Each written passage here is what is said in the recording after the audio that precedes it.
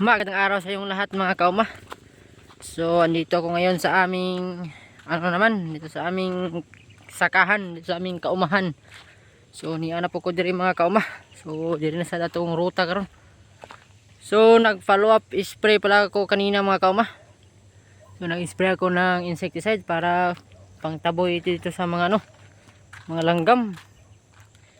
Kasi para katuwa mong gitanom mga kauma nga puna manubo na ito siya mga kauma, dili na ito siya makaon sa mga amigas kay sayang kayo, sayang ang panahon. So akip to nito mga kauma kanang nauna na mog tanom, kanang dagko na ako na po nang gisprayan para dipinsa lang po sa ulod kaya na ako nakakita nga ulod po na ginagmay nga ulod. So okay na tanan mga kauma, ako rin na isprayan tanan kini among bagong tanom o kato among nauna nga mga tanom. So wala na ako na video mga kauma kay nagdali-dali ko ganina kay among baka nangulag.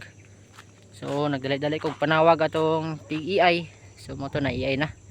Ito among inayan nga babae. So na EI na mga kauma. Kato among permiro nga inayan.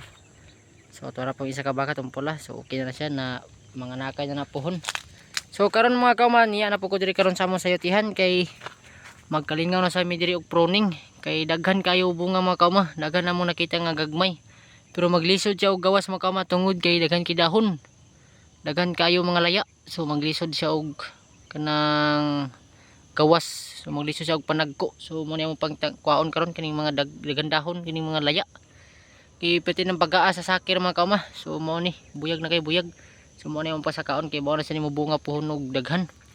So daghan kay gagmay mga kauma, so pareha ni mga kauma no.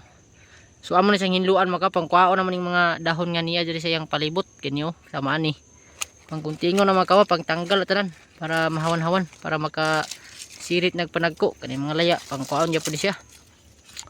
So mo na mo trabahon karon mga kauma. So kanina na human na mo kog spray kanina. So karon diri sa ko sa among sayotihan kini gidagan bunga mga kauma no. Kita ninyo nagagmay samaan ni.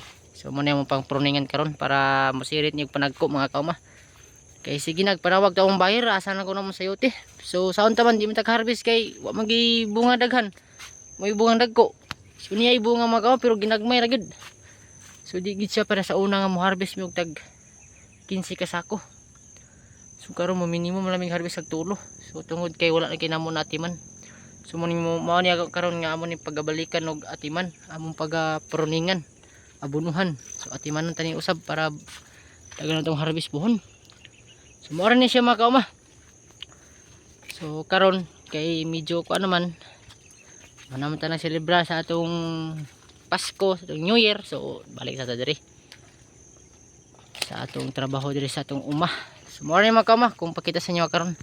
So diri sa mi focus sa mi diri sa among mga tanom. So daghan salamat sa suporta mga kauma. God bless yung tanan mga kauma. God bless.